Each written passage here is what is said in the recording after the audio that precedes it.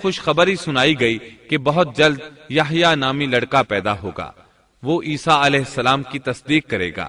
یہاں کلمت اللہ سے مراد عیسیٰ علیہ السلام ہیں۔ اس طرح زکریا علیہ السلام کے ہاں چاند جیسا بیٹا پیدا ہو گیا۔ یہ جو ہی بڑے ہوئے، ان کے پاس اللہ تعالیٰ کا پہلا حکم پہنچا، یا یحییٰ خذ الکتاب بقوة وآتیناہ الحکم صبیا۔ اے یحییٰ، میری کتاب کو مضبوطی سے تھام لے، اور ہم نے اسے لڑکپن ہی میں دانائی عطا فرما دی۔ اللہ تعالیٰ نے آپ کو نو عمری ہی میں حکمت اور دانائی عطا فرما دی۔ تفاسیر میں ہے کہ بچوں نے یحییٰ علیہ السلام سے کہا آؤ کھیلیں۔ انہوں نے کہا ہم کھیل کود کے لیے پیدا نہیں کیے گئے، اور اس وقت ان کی عمر صرف 5 سال تھی۔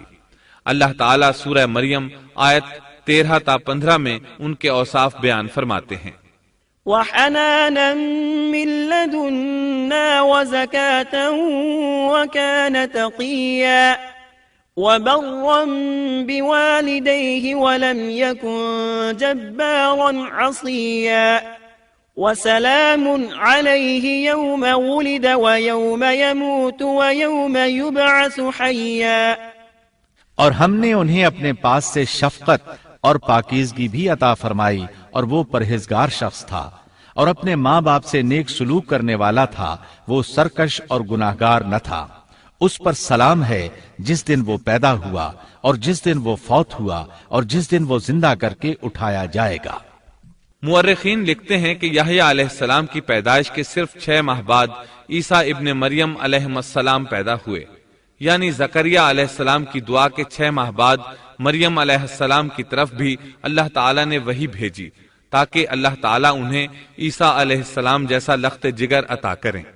گویا یحییٰ علیہ السلام عیسیٰ علیہ السلام سے 6 ماہ بڑے تھے۔ یحییٰ علیہ السلام بڑے ہوئے تو اپنے والد زکریا علیہ السلام کے ساتھ بنی اسرائیل کو اللہ کی طرف دعوت دینے لگے۔ اس وقت ایک ظالم شخص ان پر حکمران تھا۔ اس نے اپنے بھائی کی بیٹی سے شادی کرنے کا ارادہ کیا، اگرچہ ان کے دین میں یہ حرام تھا۔ اس نے یحییٰ علیہ السلام سے اس شادی کی اجازت طلب کی، اس لیے کہ ان کی نبوت کا اس وقت تک چرچا ہو چکا تھا اور وہ ان کے درمیان شریعت کے مطابق فیصلے کیا کرتے تھے۔ فتویٰ لینے کے لیے وہ تحفے تحائف کے ساتھ آپ کی خدمت میں آیا۔ یحییٰ علیہ السلام نے لوگوں کو جمع کیا اور خطبہ دیا کہ لڑکی کی اپنے چچا سے شادی حرام ہے۔ بادشاہ اور وہ لڑکی یہ فیصلہ سن کر غضبناک ہو گئے۔ لڑکی نے بادشاہ سے کہا تم یحییٰ کو قتل کرا دو، تب ہماری شادی ممکن ہے۔ بادشاہ نے ان کی طرف اپنے سپاہی روانہ کر دیے۔ اس وقت یحییٰ علیہ السلام محراب میں نماز ادا کر رہے تھے۔ سپاہیوں نے انہیں قتل کر دیا۔ اس طرح بادشاہ نے اپنی بھتیجی سے شادی کر لی۔ اس کے بعد انہوں نے آپ کے والد زکریا علیہ السلام کو بھی قتل کر دیا۔ اس طرح اس دور کے 2 نبی قتل کر دیے گئے۔ عیسیٰ علیہ السلام باقی رہ گئے۔ آپ یحییٰ علیہ السلام کی زندگی ہی میں نبی قرار پا چکے تھے۔ اس وقت آپ کی عمر 30 سال سے کچھ اوپر تھی۔ امام بخاری رحمت اللہ علیہ نے صحیح بخاری میں حدیث اسراء کے تحت سیدنا یحییٰ علیہ السلام کے ذکر میں یہ روایت لکھی ہے کہ نبی کریم صلی اللہ علیہ وسلم نے فرمایا، جب میں دوسرے آسمان پر پہنچا تو دیکھا کہ یحییٰ اور عیسیٰ علیہم السلام موجود ہیں، اور یہ دونوں خالازاد بھائی ہیں۔ جبریل علیہ السلام نے کہا یہ یحییٰ اور عیسیٰ علیہم السلام ہیں، انہیں سلام کیجیے۔ میں نے انہیں سلام کیا، دونوں نے سلام کا جواب دیا۔ پھر دونوں نے کہا آپ کا آنا مبارک ہو اے ہمارے نیک بھائی اور نیک نبی۔ سیدنا زکریا علیہ السلام کے تذکرے میں یہ آ چکا ہے کہ یحییٰ علیہ السلام کی والدہ اور مریم علیہ السلام کی والدہ حقیقی بہنیں تھیں۔